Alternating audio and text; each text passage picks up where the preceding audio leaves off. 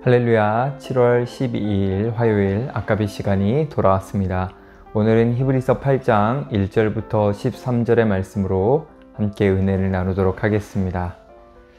히브리서 기자는 우리에게 예수님의 모습을 두 가지로 소개를 합니다. 1절을 보시면 예수님이 하늘에서 지극히 크신 하나님의 보좌 우편에 앉으셨다라고 소개를 합니다. 여기서 하늘이라는 것은 물리적 공간으로 생각하는 우주라고 생각하기보다는 사람이 거하는 땅과 구별된 공간이라고 생각하시면 됩니다. 하나님이 계시다고 생각하는 공간을 상징하는 것이죠. 예수님은 그곳의 보좌에 앉아 계시다라는 겁니다. 그리고 두 번째로 예수님을 소개할 때 2절에 나오는 것처럼 성소와 참 성막에서 예수님이 섬기고 계시다라고 합니다.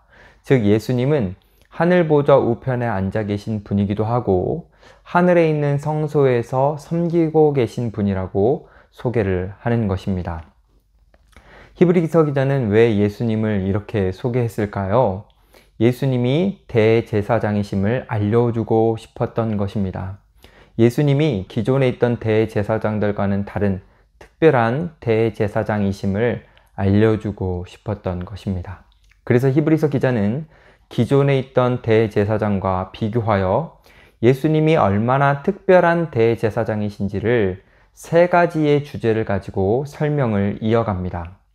그 첫 번째는 대제사장의 제물을 주제로 예수님을 소개합니다. 3절에 나오는 것처럼 원래 대제사장은 하나님께 예물과 제물을 드리기 위해 세움을 받았습니다. 그래서 대제사장은 반드시 하나님 앞에 드릴 무언가가 필요했습니다. 4절에 나오는 것처럼 기존에 있던 대제사장들은 율법에 따라 예물을 드렸는데 그들은 자신들을 대체할 수 있는 동물과 같은 것을 하나님 앞에 드렸습니다. 하지만 예수님은 이 땅의 대제사장들과는 달리 자기 자신을 제물로 드렸습니다. 예수님은 십자가에서 흘리신 자신의 피, 자신의 생명을 제물로 드리셨죠. 결국 기존의 대제사장들과 다른 대제사장이신 예수님은 우리에게 아주 특별한 존재다라는 것을 알려주는 것입니다. 이제 히브리서 기자는 예수님이 얼마나 특별한 대제사장이신지를 소개하기 위해 두 번째로 사역의 장소를 주제로 하여 예수님을 소개합니다. 모든 대제사장들은 사역할 성소가 있었습니다. 그런데 기존의 대제사장들이 섬기는 성소는 하나님이 거하시는 완전한 성소는 아니었습니다. 5절에 나오는 것처럼 그곳은 단지 하나님의 임재를 상징하는 모형과 그림자일 뿐이었습니다. 결국 실체는 땅이 아닌 하늘이었죠. 그래서 모세가 만든 장막 성전도 하나님의 주도로 만들기는 했지만 하늘의 모습을 본떠 만들었지만 하나님께서 온전히 거하시는 곳은 아니었기 때문에 기존 대제사장들의 사역에는 한계가 있었습니다. 그러나 예수님은 지금 하나님이 온전히 거하시는 하늘에서 대제사장으로서 사역하고 계시기에 한계가 없는 온전한 사역을 하십니다. 결국 예수님은 기존 대제사장들과 다르게 온전하게 사역을 하시는 분이다. 다시 말해서 우리에게 아주 특별한 존재다라는 것을 다시 소개하고 있는 겁니다. 이제 히브리서 기자는 예수님이 얼마나 특별한 대제사장이신지를 소개하기 위해서 세 번째로 언약을 주제로 예수님을 소개를 합니다. 여기서 언약은 하나님과 사람이 특별한 관계를 맺는 일종의 계약 같은 것입니다.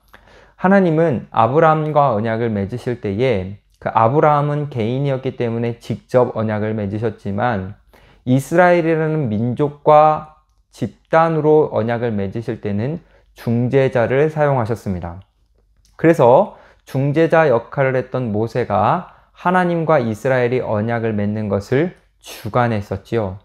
모세 이후에는 대제사장들이 그 언약 안에서 이스라엘 백성들이 살아갈 수 있도록 도왔습니다. 그런데 문제가 생겨버립니다. 이스라엘이 하나님과의 관계를 깨고 죄의 삶을 살기 시작했습니다. 이스라엘은 언약처럼 여호와 하나님을 섬기고 하나님의 백성답게 살아가야 하는데 세상 사람들처럼 자기들이 하나님이 되어서 죄를 지으며 살았습니다. 그래서 7절에 나오는 것처럼 언약에 흠이 생겨버린 겁니다. 여기서 언약의 흠은 그 언약 자체에 흠이 있다는 말이 아니라 이스라엘 백성들이 죄로 인하여 언약이 깨졌다라는 것입니다. 그래서 대제사장의 사역을 해도 이스라엘은 진노를 피할 수 없었습니다. 기존의 대제사장들이 하나님과 이스라엘 사이의 관계를 회복해 보려고 노력했지만 그것으로 되지 않았습니다. 그래서 언약을 깬 이스라엘은 심판을 받게 되었지요. 실제로 이스라엘은 심판으로 멸망했고요. 히브리서 편지를 받고 있던 당시에도 이민족인 로마의 지배 아래 있었습니다. 이스라엘의 실패를 안타깝게 여긴 하나님은 이스라엘이 심판을 당하는 그 상황 속에서 그들을 긍휼히 여겨주셨습니다. 여전히 이스라엘을 사랑하셨던 그 하나님은 그들과의 관계를 유지하고 더 나은 관계로 회복하시기 위해서 새 언약을 준비하셨습니다. 이 새 언약은 8절과 9절에 나오는 것처럼 이전에 맺었던 언약과는 완전히 다릅니다. 아주 특별하고 놀라운 언약입니다. 히브리서 기자는 이 언약이 이전 언약과 어떻게 다른지를 자세하게 소개해 주는데요. 10절 말씀을 함께 보도록 하겠습니다. 10절입니다. 또 주께서 이르시되 그날 후에 내가 이스라엘 집과 맺을 언약은 이것이니 내 법을 그들의 생각에 두고 그들의 마음에 이것을 기록하리라. 나는 그들에게 하나님이 되고 그들은 내게 백성이 되리라. 새 언약의 첫 번째 특징은 하나님의 법, 곧 율법이 마음에 기록되는 것입니다. 옛 언약에서는 하나님의 계명이 돌판이라는 외부에 기록되어 있었지만 하나님은 이제 새 언약을 사람 마음에 새겨주셔서 이제 그 언약 백성이 내면에서부터 하나님의 뜻을 지키게 해주시는 것입니다. 그래서 하나님을 지식적으로만 아는 것이 아니라 인격적으로 알게 해주시는 것이죠. 이뿐만이 아닙니다. 새 언약의 두 번째 특징은 11절에 나옵니다. 우리 11절도 보겠습니다. 또 각각 자기 나라 사람과 각각 자기 형제를 가르쳐 이르기를 주를 알라 하지 아니할 것은 그들이 작은 자로부터 큰 자까지 다 나를 알미라. 이는 하나님께서 친밀하게 알게 해주신다라는 말씀입니다. 그리고 나 혼자만이 아니라 공동체가 같이 알게 해주신다라는 말씀이죠. 그래서 다른 사람들에게 하나님을 알자고 말하지 않을 정도로 언약 백성들이 하나님과 관계적으로 알게 해주신다라는 것입니다. 이 새 언약에는 또 다른 특징이 있습니다. 우리 12절 말씀도 한번 보실까요? 내가 그들의 불의를 긍휼히 여기고 그들의 죄를 다시 기억하지 아니하리라 하셨느니라. 이는 옛 언약을 깬 자들을 용서해 주신다라는 것입니다. 하나님께서 죄인을 긍휼히 여기셔서 사람이 지은 죄를 기억하지 않으실 만큼 깨끗하게 용서해 주신다라는 것입니다.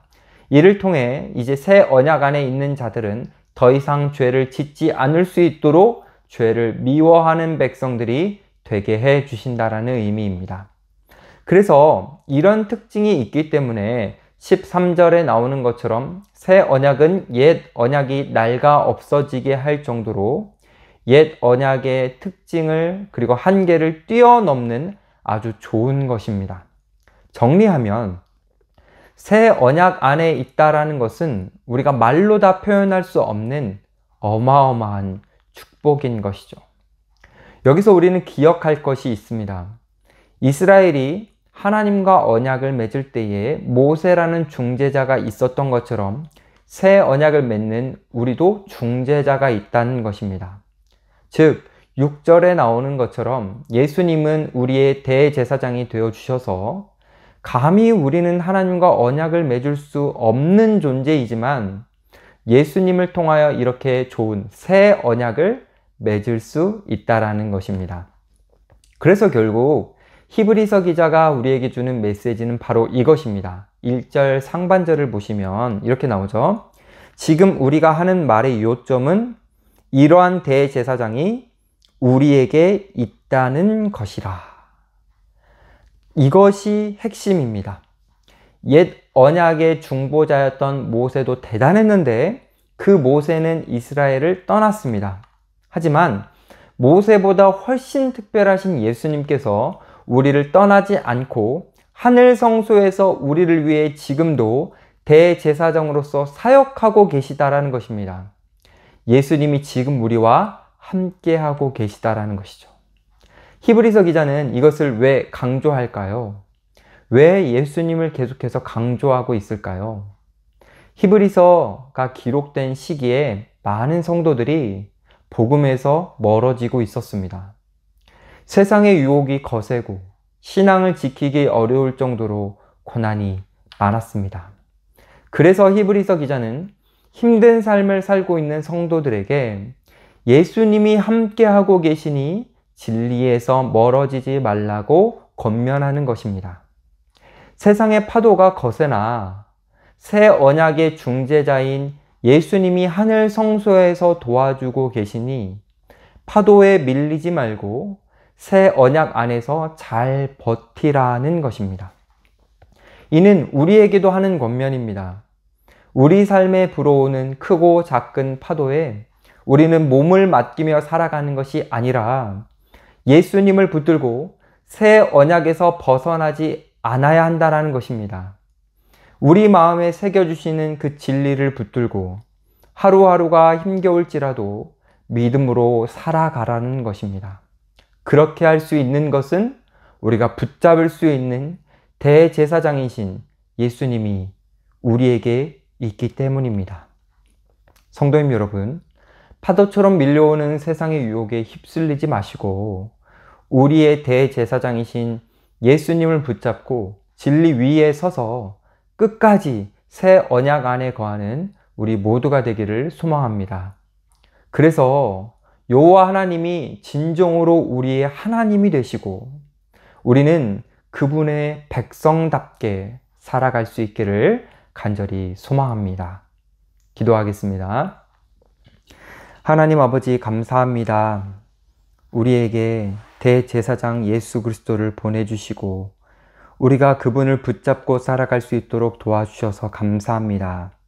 예수님은 지금 우리와 동떨어져 계신 것이 아니라 우리를 위해 하늘 성소에서 우리를 위해 사역하고 계심을 우리가 기억하게 하여 주셔서 하루를 살더라도 그 예수님을 붙들고 세상의 유혹을 거세지만 이겨낼 수 있는 우리 모두가 되게 하여 주시옵소서.